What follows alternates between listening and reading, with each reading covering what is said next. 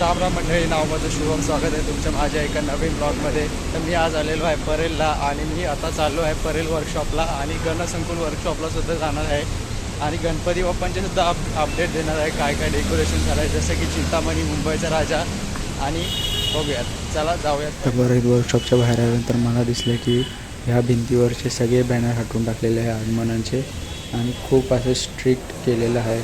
तिथे video काढण्यासुद्धा allowed नाही करत होता तो पण. आणि सगळ्या मूर्तींना कलरिंग करण्याचे काम चालू होते आतमध्ये.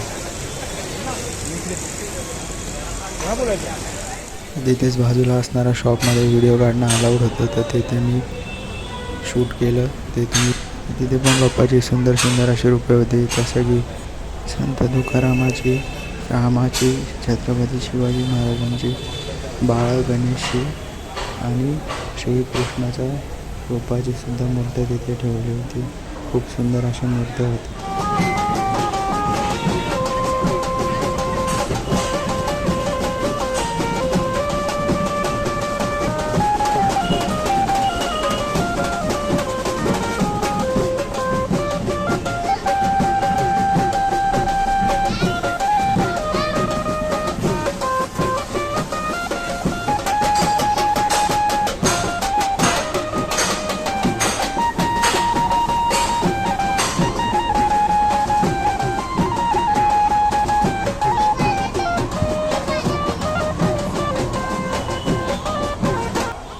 त्यानंतर मी गेलो गणसंकुल आर्ट्समध्ये. तिथे पण एंट्रन्सला थोडेफार डेकोरेशन केले होते आणि गणपती बाप्पांच्या सुंदर सुंदर मूर्त्या अशा ठेवलेल्या होत्या शॉपमध्ये. तिथेच बाजूला असलेल्या कलासागर आर्ट्समध्ये सुद्धा बाप्पाच्या खूप मोठ्या मोठ्या अशा मूर्त्या होत्या आणि त्यांनासुद्धा कलरिंगचं काम चालू होतं. इथे सुद्धा शूटला अलाउड नसल्यामुळे मी बाहेरूनच शूट घेतला आणि तिथेच बाप्पाचे खूप मोठे मोठे प्रभाळसुद्धा रंगवण्याचे काम चालू होते.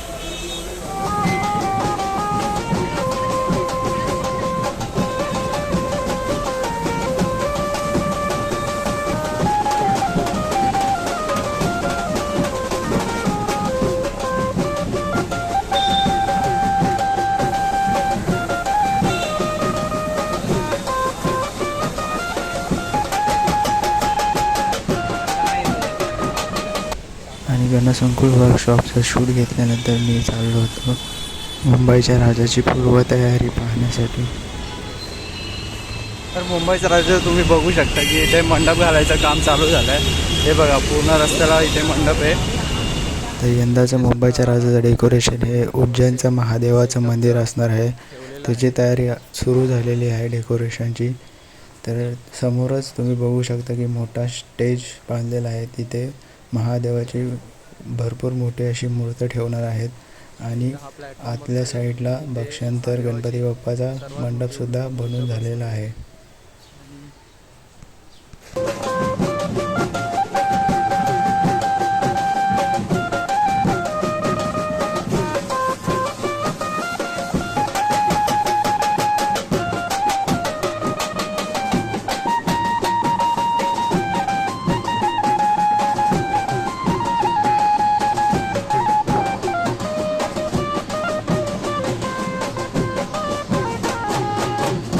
आणि तिथूनच मी गेलो आपल्या सर्वांच्या नवसाला पावणारा म्हणजेच लालबागच्या राजाच्या पूर्वतयारीचं डेकोरेशन पाहण्यासाठी.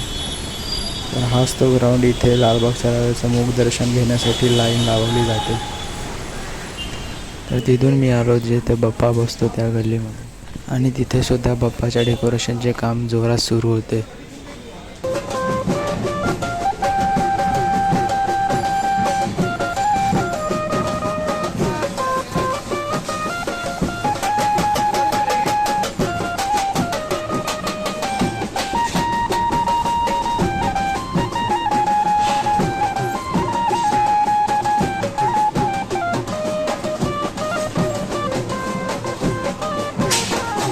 तर याच पडद्यामागे बाप्पा घडत आहे.